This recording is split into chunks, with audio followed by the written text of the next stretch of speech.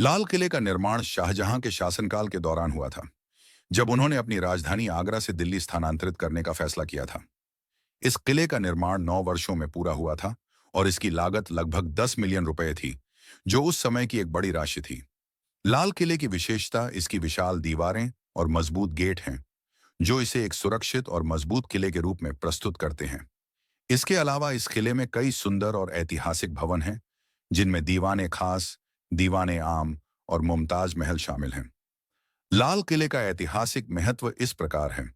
यह मुगल साम्राज्य की शक्ति और समृद्धि का प्रतीक है। यह शाहजहां के शासनकाल की एक महत्वपूर्ण उपलब्धि है। यह भारतीय इतिहास में एक महत्वपूर्ण स्थल है, जो कई ऐतिहासिक घटनाओं का साक्षी रहा है। यह एक सुंदर और ऐतिहासिक स्थल है, जो पर्यटकों को आकर्षित करता है। लाल किले की वास्तुकला शैली मुगल वास्तुकला का एक उत्कृष्ट उदाहरण है, जो फारसी, तुर्की और भारतीय वास्तुकला शैलियों का मिश्रण है। इस किले की विशेषताएं इस प्रकार हैं।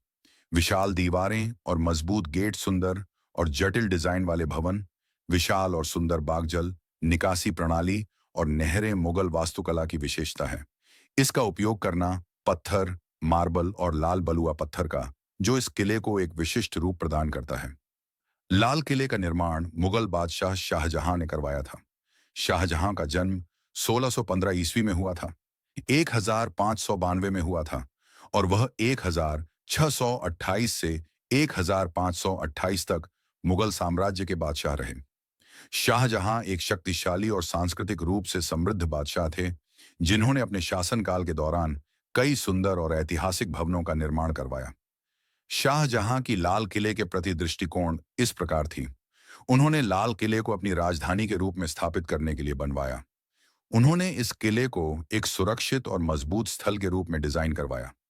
उन्होंने इस किले में कई सुंदर और ऐतिहासिक भवनों का निर्माण करवाया, जो उनकी सांस्कृतिक और कलात्मक दृष्टिकोण को प्रतिबिंबित करते हैं। लाल किला मुगल साम्राज्य के प्रशासन और राजनीति में एक महत्वपूर्ण भूमिका निभाता था। यह किला मुगल बादशाहों के निवास स्थान के रूप में कार्य करता था और